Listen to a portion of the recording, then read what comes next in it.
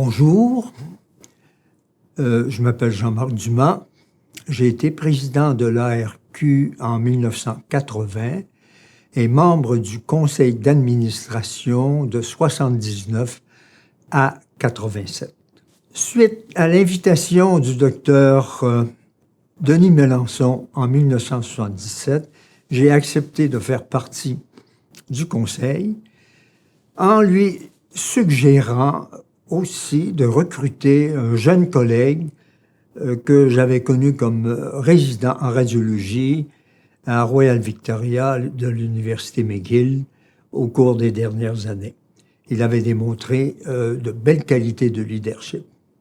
L'arrivée de nouvelles technologies telles l'échographie, la tomodensitométrie et plus tard la résonance magnétique nous ont permis d'investiguer beaucoup plus à fond et beaucoup mieux les différentes pathologies médicales et chirurgicales.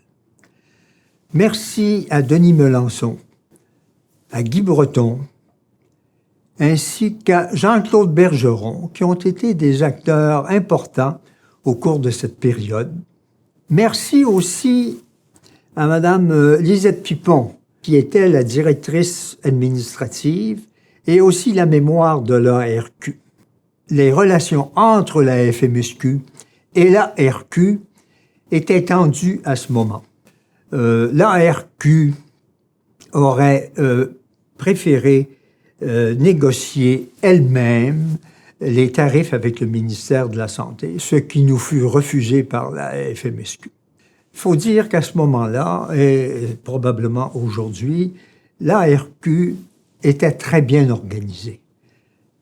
Sans faire de comparaison, il y avait peu d'associations aussi bien organisées que l'ARQ. Les cabinets de radiologie du temps, qu'on appelle maintenant des cabinets d'imagerie, étaient bien démarrés. Et déjà, les nouvelles technologies comme l'échographie existaient. En 88, la tomodensitométrie est arrivée à Radiologie Laennec ainsi qu'à Laval. Et en 96, à Radiologie Laennec, on a eu la première résonance magnétique en privé. Évidemment, ces examens n'étaient pas couverts par la Régie d'assurance maladie et nous facturions directement le patient pour les tarifs.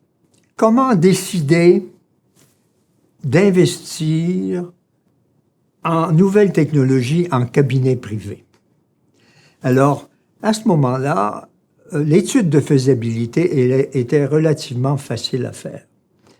Pour ce qui est de la résonance et du scanner à Radiologie Laennec, j'avais fait 3 appels à 3 hôpitaux montréalais, universitaires, pour connaître les délais d'attente pour un examen non urgent.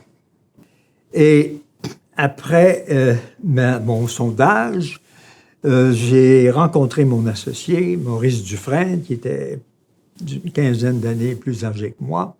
Les délais d'attente allaient de 6 mois à 12 mois.